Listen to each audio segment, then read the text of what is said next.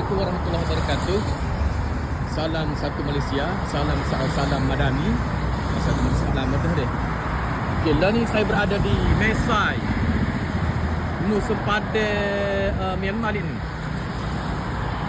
Sekarang ni berhenti di kedai makan halal Yunan, Cina Yunan. Cina Yunan. Okey, halal. Halal. Okey. Dia halal, dia makan halal itik. Ni itik halal dia. Cuba halal. Di Mesai, Mesai Chiang Rai. Okey. Okey, mari nak mari sini kalau siapa-siapa nak mari rider daripada Malaysia, rider daripada Kelantan, daripada mana-mana. Jalan dia straight guna route 1 daripada Chiang Rai. Chiang Rai. Okey.